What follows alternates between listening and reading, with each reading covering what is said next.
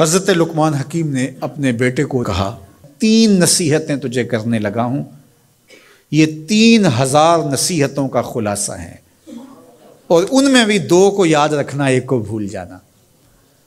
تو بیٹا ہمہ تنگوش ہو گیا، تو حضرت لقمان بولے جو نیکی کی ہے اس کو بھول جانا، جو نیکی کی ہے اس کو بھول جانا، اور موت کو اور اپنے رب کو یاد رکھنا۔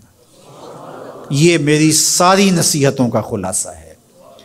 جو نیکی کی ہے وہ بھول جانا، چاہے وہ کسی شخص کے ساتھ کی ہے، چاہے وہ نیکی عبادت کی صورت میں ہے، چاہے وہ ریاضت کی شکل میں ہے، خدمت انسانی ہے، کسی رشتہ دار کے ساتھ نیکی کی ہے، تو کہا بھول جانا جس طرح کی ہوئی نہیں ہے۔ حضرت معاذ بن جبل رضی اللہ تعالیٰ عنہ حضور کے روضہ انور کے سامنے بیٹھ کے رو رہے تھے۔ حضرت عمر گزرے تو پوچھا اے معاذ کیوں رو رہے ہو؟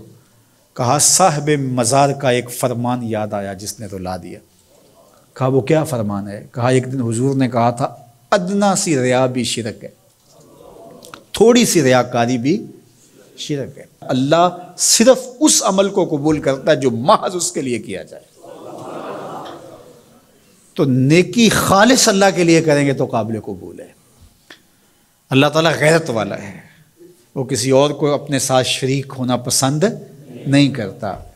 تو جب بھی نیکی کرو، یہ ثلث دین ہے، انما الاعمال بالنیات۔ اس حدیث کو علماء نے کہا ہے 3 حصہ دین کا اس میں ہے کہ اعمال کا دار و مدار نیتوں پہ ہے۔ نیت کا خالص ہونا شرط ہے، ورنہ محنت بھی کی، سجدے بھی کیے، خیراتیں بھی کی، سب کچھ کیا، لیکن نامہ اعمال میں 0 کو ہوگا۔ کیتی کتری پئی کھو محمد تے سکہ بنیا زردہ۔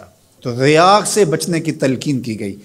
حضرت لقمان حکیم نے کہا جو نیکی کی ہے اس کو بھلا دینا، اللہ کو اور اپنی آخرت کو کبھی فراموش نہ کرنا۔ جب آخرت مستحضر رہتی ہے، ہر وقت بندہ خیال میں رہتا ہے کہ میں اللہ کے حضور پیش ہونا ہے، ایک میدان لگنا ہے، وہاں ترازو گڑے گا، اعمال تولے جائیں گے، تو خود بخود اپنا محاسبہ کرتا رہتا ہے۔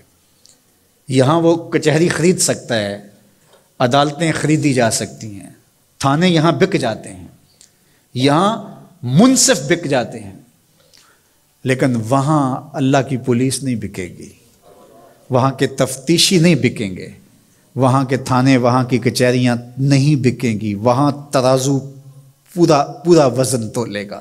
یوم تبلی السرائر فما له من قوت ولا ناصر۔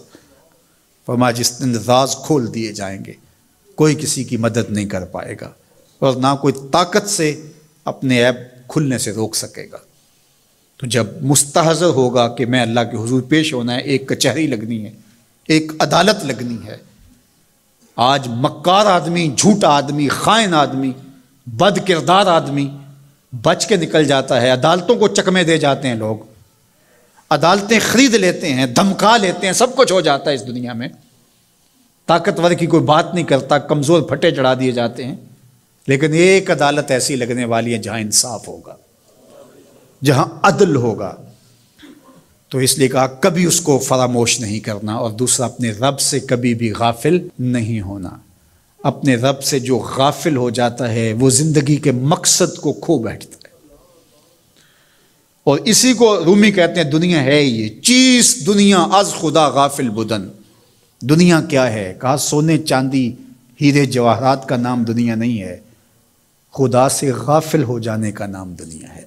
تو اس لیے اللہ کے ذکر سے، اس کی یاد سے، اس سے کبھی بھی غافل نہیں ہونا چاہیے۔ اور اگر کوئی اس سے غافل ہو گیا تو سن لو وَلَا تَكُونُوا كَالَّذِينَ نَسُوا اللَّهَ فَأَنسَاهُمْ أَنفُسَهُمْ أُولَٰئِكَ هُمُ الْفَاسِقُونَ۔ کہا ان لوگوں کی طرح نہ ہو جانا جو خدا سے غافل ہو گئے۔ تو جب وہ خدا سے غافل ہو گئے، اللہ نے انہیں ان کی ذاتوں سے بے خبر کر دیا۔